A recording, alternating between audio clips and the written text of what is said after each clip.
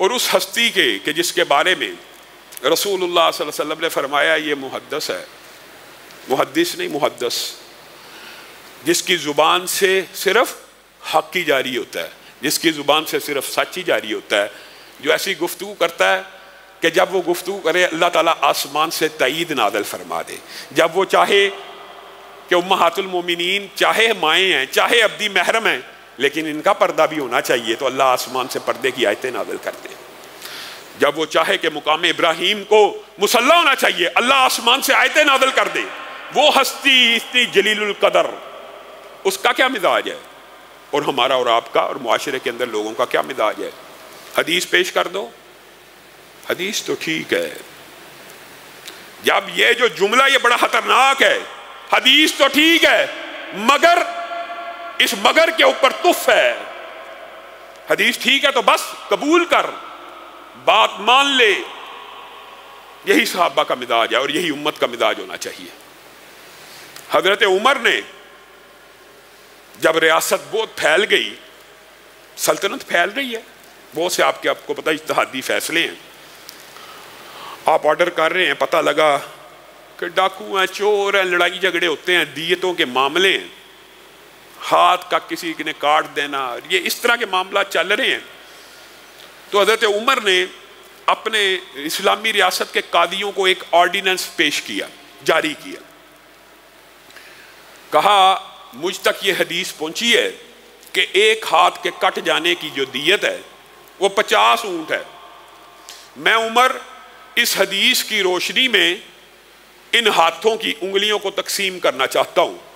Case آ رہے ہیں کہ ایک کی ایک ہاتھ تو نہیں کٹا، انگلی کٹ گئی ہے، 2 انگلیاں کٹ گئی ہیں۔ حضرت عمر نے کہا میں نے غور کیا، میں نے بڑا غور و فکر کیا ہے کہ اس ہاتھ کی 5 انگلیوں میں مجھے سب سے طاقتور انگوٹھا نظر آتا ہے، اور یہ بات حقیقت بھی ہے، انگوٹھا سب سے طاقتور ہے، مضبوط ہے، گرفت میں، پکڑنے میں، کام آنے میں، اس کی دیت میں 15 اونٹ مقرر کرتا ہوں۔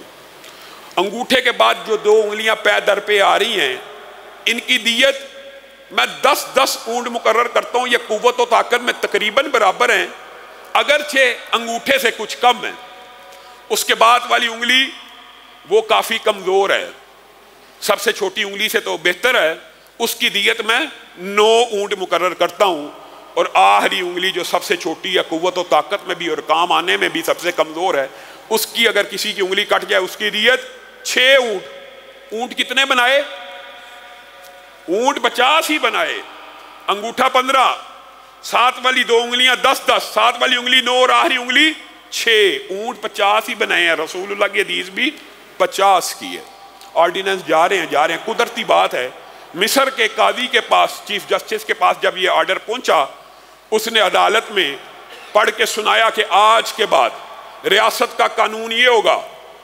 عوف بن مالک پاس بیٹھے ہیں، انہوں نے کہا ذرا رک جا، ابھی تو نے کوئی کیس آیا اس کے اوپر امپلیمنٹیشن، اس کو لاگو اور جاری نہیں کرنا، میں ذرا کہاں بیٹھے میں مصر میں، میں ذرا عمر سے بات کر کے آتا ہوں اور میں اس سے پوچھتا ہوں عمر نے یہ آرڈیننس کیسے جاری کیا، کس اصول کے تحت، کس دلیل کے تحت جاری کیا۔ عوف بن مالک مصر میں بیٹھے ہوئے، یہ صحابہ ہیں جن کو حدیث کی قدر و قیمت کا احساس ہے، گھوڑا دوڑاتے ہوئے تیزی سے منزلوں کی منزلیں سفر کرتے ہوئے حضرت عمر کی بارگاہ میں حاضر ہو گئے۔ حضرت عمر سے سلام دعا کی، کہا عمر آپ نے آرڈیننس جاری کیا ہے؟ جی کیا ہے۔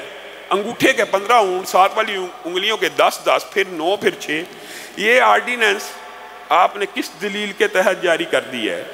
یہ آپ کے پاس اس آرڈیننس کو جاری کرنے کی کیا دلیل ہے؟ یہ شریعت ہے۔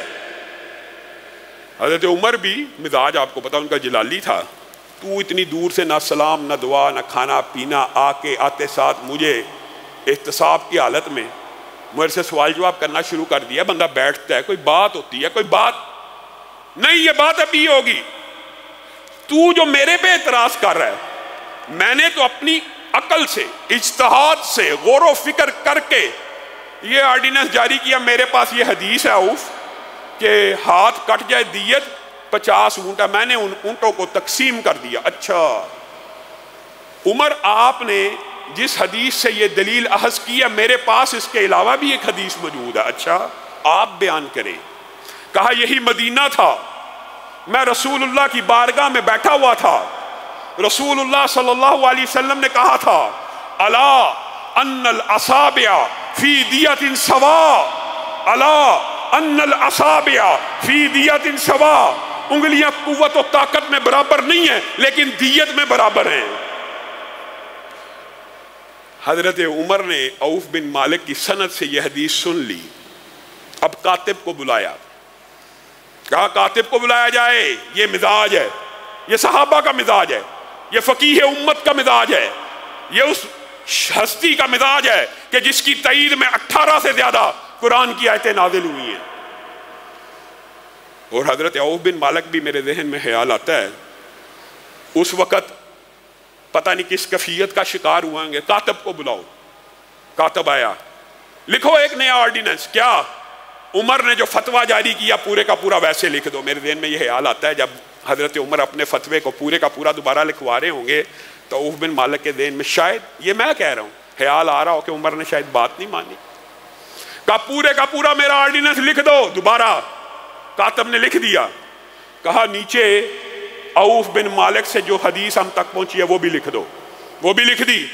کہا نیچے اب میرا فیصلہ بھی لکھ دو کہ اوپر عمر کا فتویٰ موجود ہے، نیچے رسول اللہ کی حدیث موجود ہے، میرا فیصلہ یہ ہے رسول اللہ کی حدیث کو نافذ کیا جائے گا، عمر کے فتوے کو رد کر دیا جائے گا۔ دین صرف اس چیز کا نام ہے، دین صرف یہ ہے۔ آج کچھ باتیں آپ سے اور بھی کرنی تھی، وقت تیزی سے گزر رہا ہے۔ اسی طرح کا ایک اور واقعہ حضرت عمر کی زندگی میں آیا۔ حضرت عمر نے خطبہ دے دیا جمعے میں، اور حضرت عمر کے پاس شکایتیں آئیں، فلاں عورت نے اتنا مہر، فلاں عورت کا اتنا مہر۔ حضرت عمر کو غصہ آ گیا کہ یہ مہر اتنے مہنگے ہوتے گئے تو معاشرے میں تو زنا بڑھ جائے گا، معاشرے میں تو برائی عام ہو جائے گی۔ حضرت عمر نے ٹھیک ٹھاک عورتوں کی سرزنش کی اور کہا جو مہور ہے نساء کے ان کو اتنا غالی مت کرو، ان کو اتنا مہنگا مت کرو، میں عمر اتنے اتنے درہم، بعض روایات میں 400 درہم تک مقرر کرتا ہوں، اس سے اوپر کوئی عورت اپنا مہر مقرر نہ کرے۔ حضرت عمر منبر سے اترے، ایک قریشی خاتون ہے، انہوں نے کہا عمر آپ نے قرآن نہیں پڑھا ہے؟ کون کہہ رہا ہے؟ ایک عام عورت قریش کی۔ کس کو کہہ رہی ہے؟ فقیہ دورہ کو۔ آپ نے قرآن نہیں پڑھا ہے؟ آپ نے آج جو فتویٰ اور آرڈیننس جاری کیا ہے آپ نے خلاف قرآن کیا۔ حضرت عمر ٹھٹک گئے، کہاں ہے بی بی وہ کون سی ایسی آیت ہے جو میرے اس حکم کے خلاف ہے؟ کہا وَآتَيْتُ مِحْدَاهُنَّ قِنْطَارًا، قرآن پاک میں اللہ تعالیٰ نے کہا اگر خزانہ بھی عورت کو دے دے، تو کہتا ہے 400 درہم۔ آپ عورتوں کے مہر کے اوپر روک ڈالنا چاہتے ہیں، جبکہ اللہ تو کہتا ہے چاہے خزانہ بھی مہر ہو مقرر کیا جا سکتا ہے۔ حضرت عمر نے کیا کہا؟ اڑ گئے، زید بن علی۔ حضرت عمر اسی وقت منبر پہ چڑھے، سبحان اللہ، یہ منہج ہے۔ اعلان کیا سب کے سامنے، عمر کو ٹھوکر لگی، عمر نے غلطی کی، اس قریشی عورت نے سچ فرمایا، میرے فتوے کو مسترد کیا جائے، قرآن پاک کو نافذ کر دیا جائے۔ اور ساتھ میں ایک پیار بھرے انداز میں جملہ بھی کہا، عمر کیا دور آ گیا کہ مدینہ کی قریشی عورتیں تیرے سے زیادہ قرآن جاننا شروع ہو گئی۔ یہ صحابہ کا مزاج ہے، رسول اللہ کی حدیث اور قرآن کی آیات کے سامنے سر تسلیم خم۔